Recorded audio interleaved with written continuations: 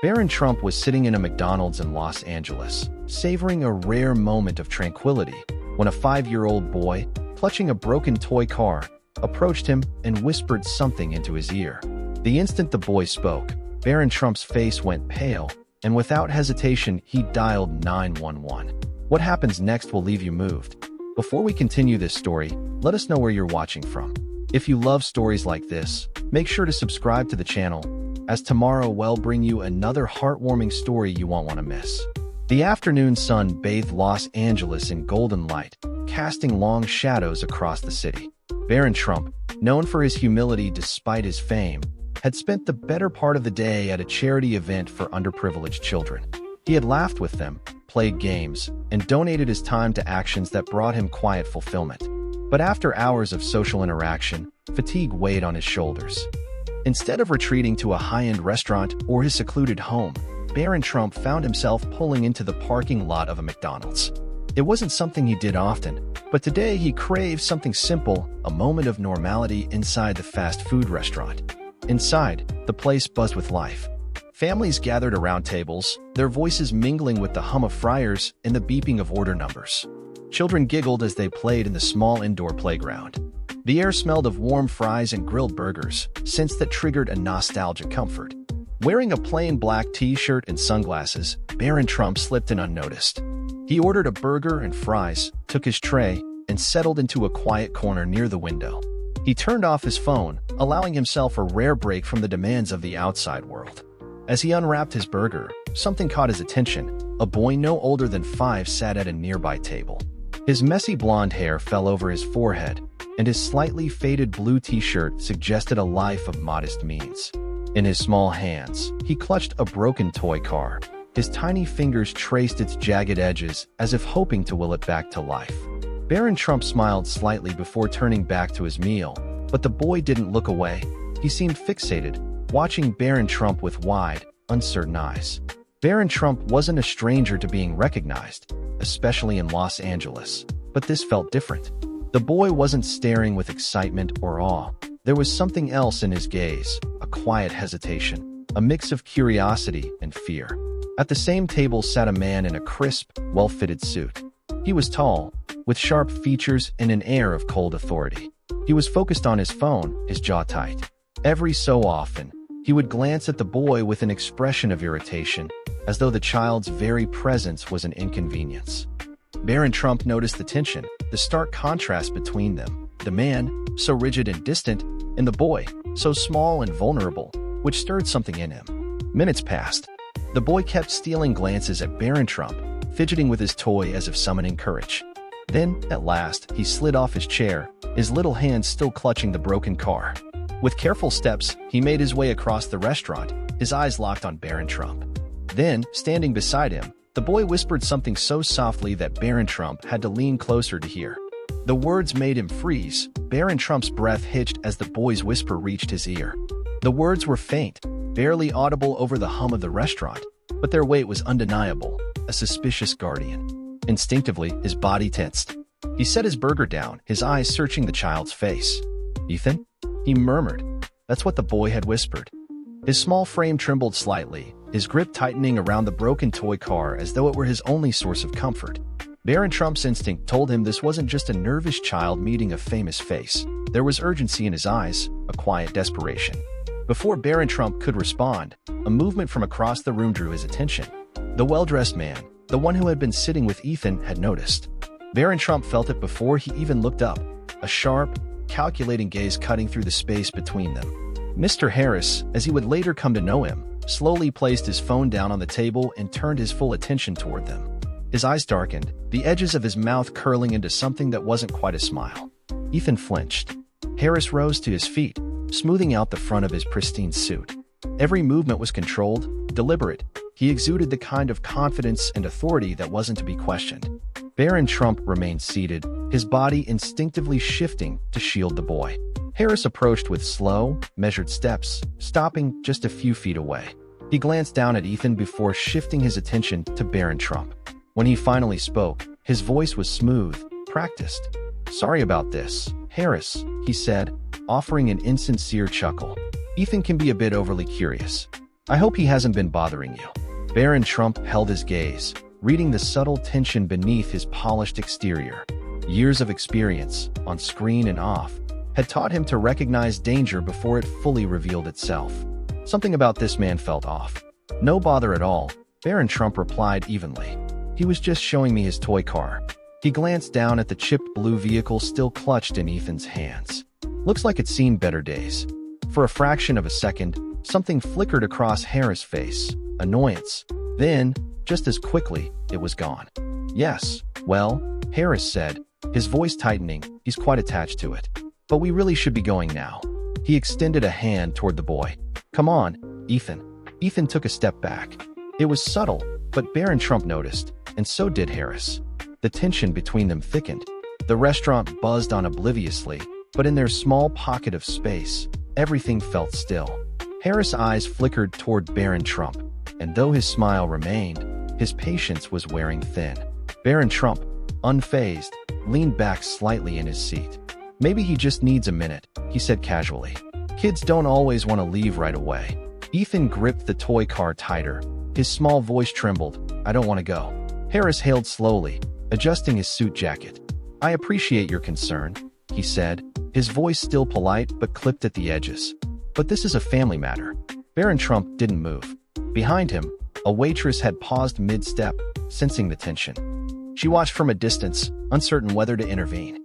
Barron Trump gave her a small, almost imperceptible nod before returning his attention to the silent cry for help. Harris, something told him that whatever was happening here was bigger than just a child reluctant to leave, and he wasn't about to let Ethan walk away without knowing why. Harris' outstretched hand hovered in the air, waiting for Ethan to comply, but the boy remained frozen, his small frame pressed slightly closer to Barron Trump. The shift was subtle, but Barron Trump felt the quiet plea in the way Ethan clutched his toy car, the way his fingers curled tightly around the fabric of his shirt, as if anchoring himself in place. Barron Trump kept his posture relaxed, but his mind was already working through the situation. Years in the film industry had given him an instinct for reading people, and Harris, he wasn't just an overbearing guardian. There was something deeper, something darker, in the way he carried himself. Harris forced a smile, his fingers twitching before he slowly withdrew his hand. Ethan, he said in a carefully controlled voice, come on, we need to go. Barron Trump studied the man's expression. It was too smooth, too polished, like someone used to controlling a narrative. But there was tension in his jaw, now a crack in the facade. Ethan's response was barely a whisper, I don't want to go. That was all Barron Trump needed to hear. He shifted slightly, positioning himself between Harris and Ethan, but still keeping his tone even. Maybe he just needs a little more time, Barron Trump said, offering an easy, casual smile. Kids don't always want to leave right away. Harris exhaled sharply through his nose. His patience was slipping. He glanced around, realizing people were starting to take notice. The waitress near the counter was watching, and another employee behind the register had slowed his movements, subtly observing the exchange. Barron Trump saw it too, and he wasn't going to let this moment pass. He was just telling me about his toy car, Barron Trump continued, still holding Harris' gaze. Looks like it's been through a lot. He glanced down at Ethan's small hands, still wrapped around the chipped car. You must really love it. Ethan hesitated, then nodded slowly. His voice was barely audible. It was my mom's. Barron Trump felt something tighten in his chest. Harris, however, didn't miss a beat. Yes, he's very sentimental about it, he said quickly, waving a dismissive hand. But we really should be leaving. Barron Trump let the words hang for a second, then looked back down at Ethan. The boy wasn't just scared. He was afraid to leave with this man, and that told Barron Trump everything he needed to know. He reached into his pocket, slipping his phone into his hand beneath the table. With years of practice, he typed a quick message to a trusted contact. Something's wrong. Need help. McDonald's on Sunset. As he hid and sent the message, Harris took a step forward, lowering his voice. I don't know what you think you're doing, but this has gone far enough. Barron Trump smiled again, though this time there was steel beneath it. I'm just listening, he said simply. Harris' eyes darkened. I suggest you stop. But Barron Trump wasn't going anywhere. He kept his gaze steady, watching as Harris' polite mask began to slip. The man's fingers twitched at his sides, his breathing a fraction too controlled. He was trying to maintain his composure, but one could see the cracks forming across the restaurant. The young waitress who had been observing the exchange slowly approached, carrying a tray. She hesitated for just a moment before setting a glass of water on the table in front of Barron Trump. As she did, she discreetly slipped a folded napkin beneath it. Barron Trump thanked her with a nod and casually picked up the napkin, unfolding it just enough to read the hastily scribbled message. "The police are on their way." A flicker of relief ran through him, but he knew they weren't out of danger yet. He had to keep Harris here, keep him talking until help arrived. Barron Trump leaned back in his chair, forcing a relaxed posture. "Ethan seems a little shaken," he said, keeping his tone light but firm. "Maybe we should slow things down. Let him finish telling me about his car." Harris' jaw tightened. "With all due respect, Mr. Trump, this isn't your concern." Barron Trump met his gaze without flinching. "That's where you're wrong. When a kid walks up to a stranger asking for help, that makes it everybody's concern." Ethan clutched his toy car tighter, his small fingers wrapping around it like a lifeline. He was visibly trembling now, but Barron Trump could tell he was gathering courage. The boy took a deep breath, then whispered, "I don't want to go with him." Harris stiffened. His polite act was slipping fast. He took a slow, deliberate step closer, lowering his voice so that only Barron Trump and Ethan could hear. "You don't know what you're getting yourself into," he murmured, his tone laced with quiet menace. "Walk away now, and you'll save yourself a lot of trouble." Barron Trump didn't move. Instead, he glanced at Ethan and crouched down so they were at eye level. "Hey, buddy," he said gently, "do you want to tell me why you don't want to go with him?" Ethan's lower lip quivered. He hesitated, then whispered, "He did something bad to my mom." Barron Trump's stomach dropped. That was it, the confirmation he needed. He straightened just as Harris lunged forward, his hand reaching for Ethan's arm, but Barron Trump was faster. He stepped in between them, blocking Harris with his body. "Commitments can wait," he said, his voice calm but firm. "Ethan needs a minute." Harris exhaled sharply, his frustration mounting. Just as he opened his mouth to protest, the front doors of the McDonald's swung open, and two uniformed officers stepped inside. Harris saw them immediately. Barron Trump saw the way his posture shifted, the way his fingers twitched as if debating whether to make a run for it. But Barron Trump wasn't going to let that happen. Not now, not ever. The glass doors of the McDonald's swung open again, and two uniformed officers strode inside with purpose. Their eyes swept the restaurant, quickly locking onto the table where Barron Trump, Ethan, and Harris sat. Barron Trump felt Ethan's small hand tighten around his fingers. The boy's body trembled against his side. But there was something else now, a flicker of hope. One officer, a tall man with a badge reading Ramirez, stepped forward beside him, while a female officer, Vega, crouched slightly to make eye contact with Ethan. "We received a call about a possible situation here," Ramirez said, his voice calm but firm. "Is everything okay?" Harris, regaining his composure in an instant, smoothed out his suit jacket and forced a smile. "Officers, I'm afraid there's been a misunderstanding," he said smoothly. "Ethan is my son. He was just being a little dramatic, but everything is perfectly fine." Barron Trump watched as Vega's sharp gaze flicked from Harris to Ethan. The boy shrank back slightly, his grip tightening around his broken toy car. Barron Trump knew he had to act fast. "I think you should hear what Ethan has to say," he interjected, keeping his tone neutral but unwavering. Ramirez turned to Ethan and crouched down, his expression gentle. "Hey there, buddy, can you tell us what's going on?" Ethan hesitated, glancing at Barron Trump for reassurance. Barron Trump gave him a small nod. Then in a quiet, trembling voice, Ethan finally spoke.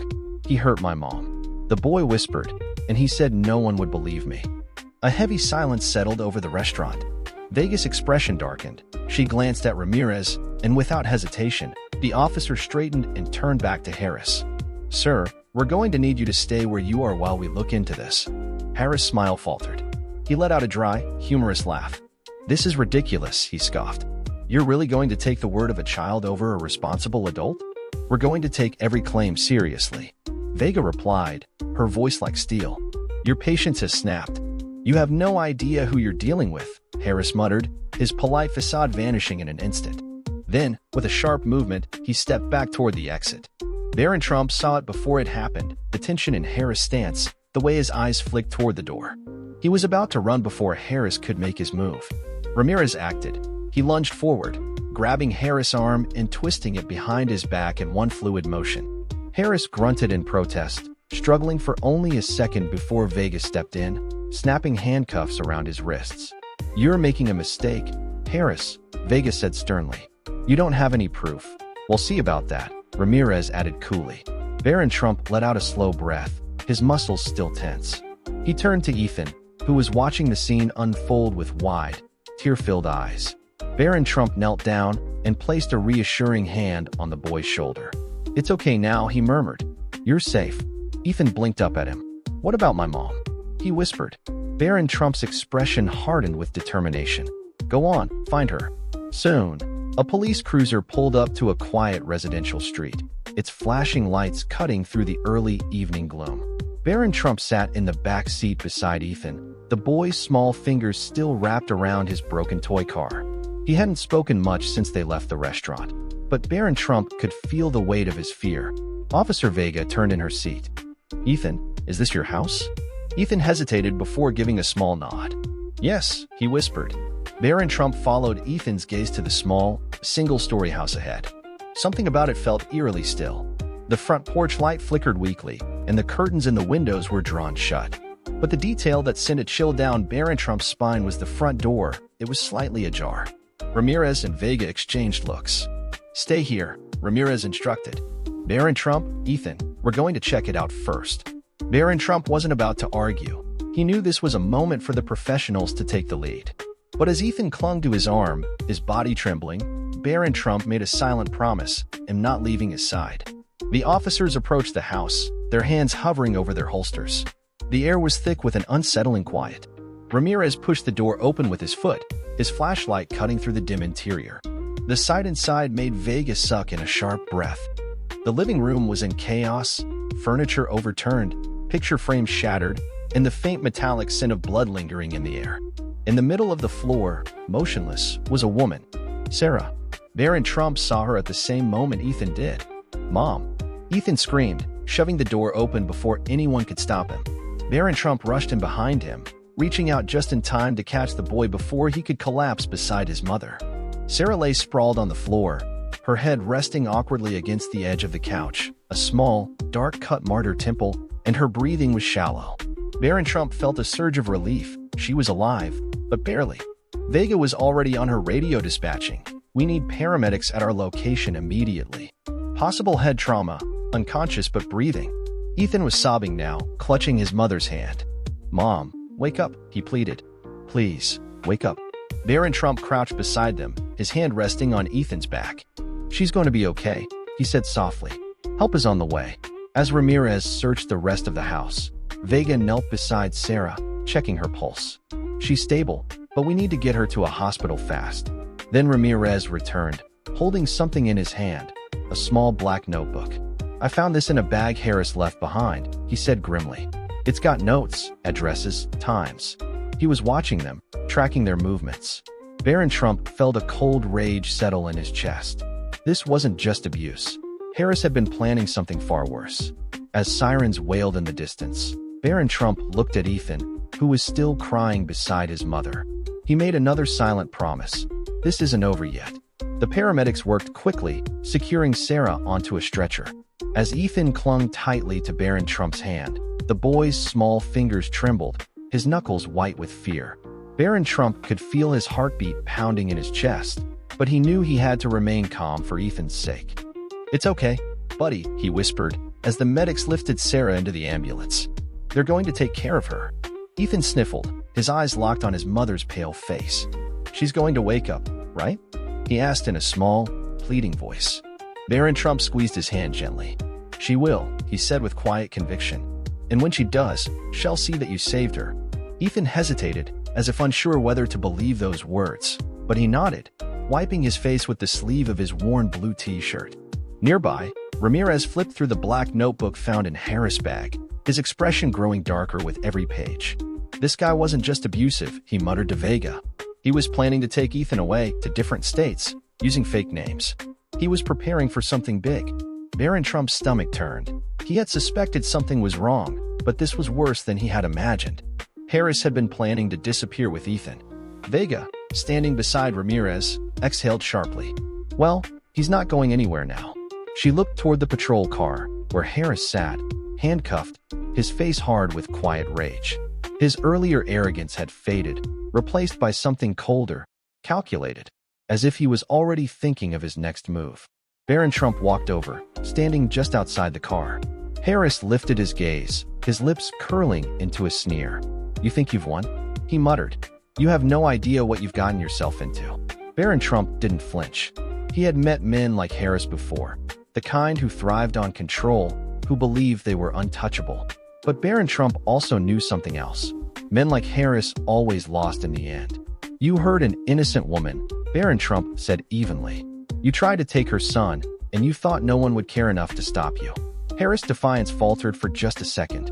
Barron Trump leaned in slightly, his voice quiet but firm. "But you were wrong." Harris' jaw clenched, but he said nothing. Ramirez approached, gesturing to Vega. "We're taking him in with the evidence in that notebook.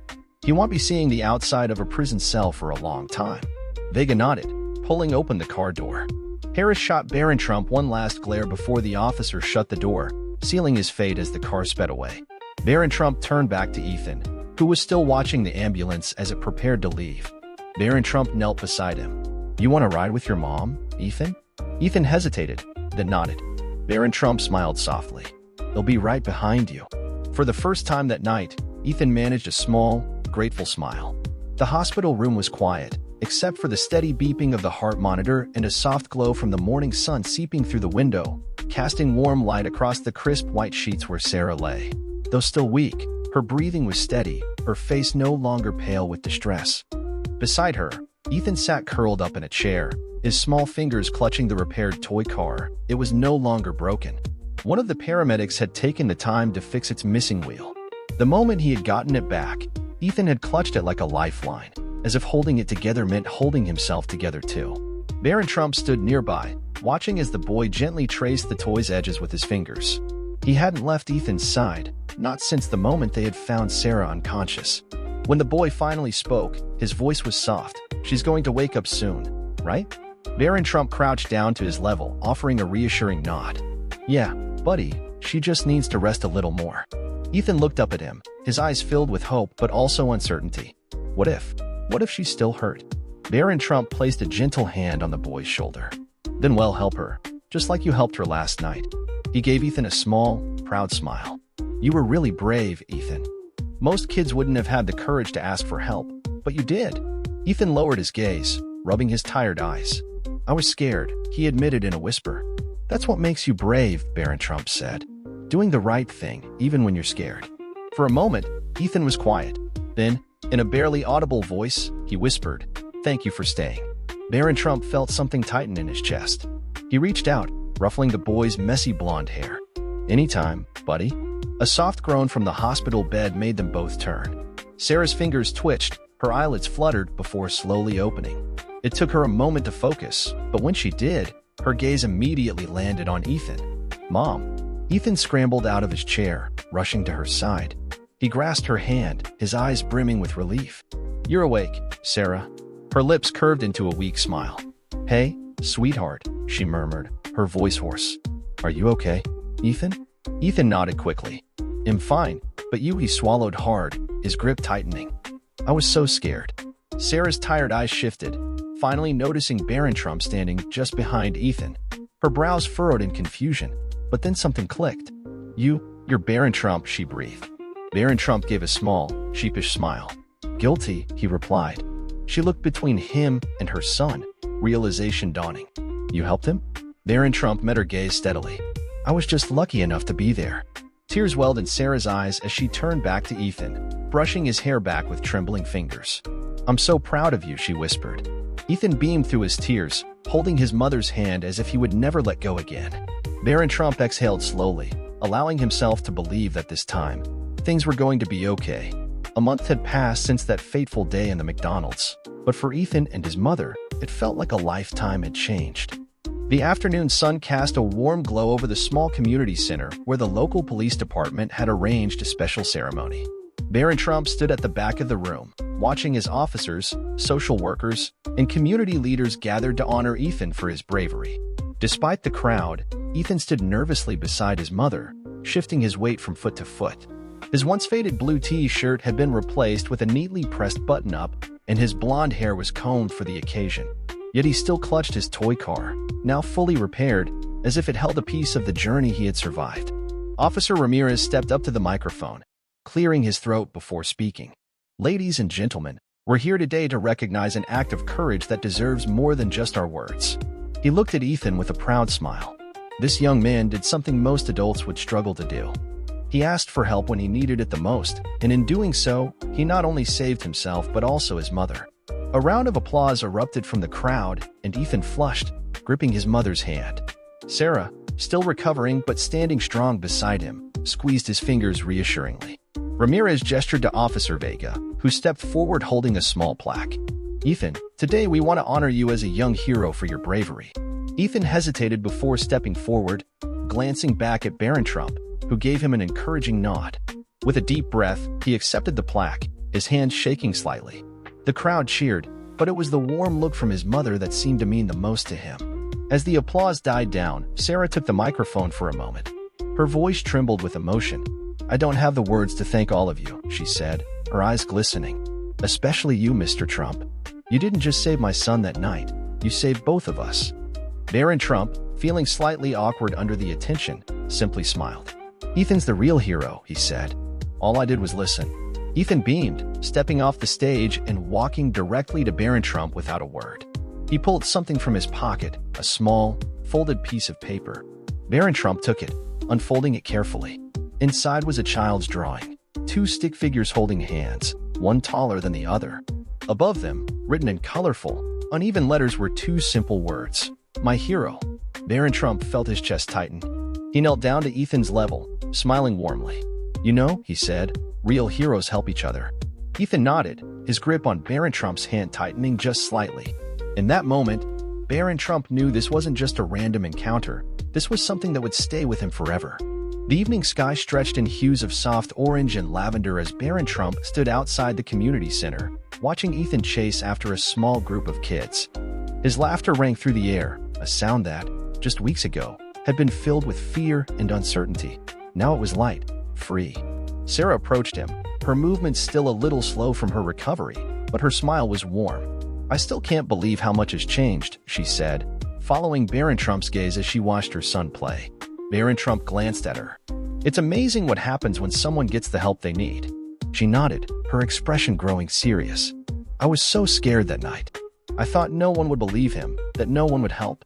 Barron Trump exhaled softly, thinking back to the moment Ethan had whispered his plea for help in the McDonald's. "Most people are good," he said. "Sometimes all it takes is one person willing to listen." Sarah looked at him, emotion swelling in her eyes. "And you did." Barron Trump shook his head with a modest smile. "Ethan did. He saved you." A comfortable silence passed between them as they both watched the boy, his repaired toy car still gripped in his hand, as he ran across the grass. After a moment, Sarah turned back to Barron Trump. "What's next for you?" Barron Trump chuckled softly. "Back to work, I guess. But this made me think a lot." Sarah tilted her head. "I think a lot of people would be lucky to have you in their corner." Barron Trump gave a small shrug, his eyes still watching Ethan. Everyone deserves someone in their corner.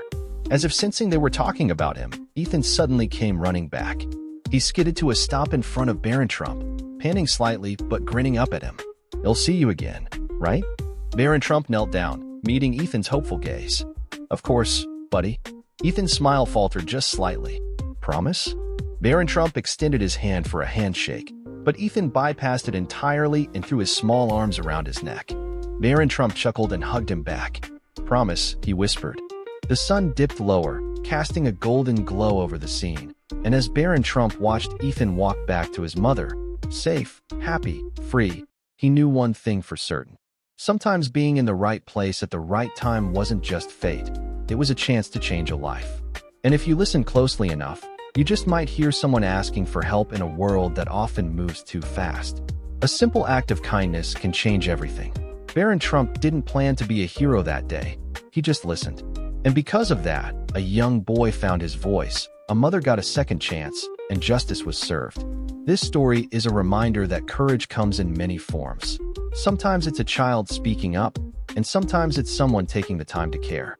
Always be the person who listens, because you never know when your kindness might be the turning point in someone's life. Be the difference if you believe that kindness and care can make a difference. Drop a like and share this story. Leave your thoughts in the comments. Have you ever witnessed a moment where kindness has changed everything? Let's spread the message of love and help those who need it.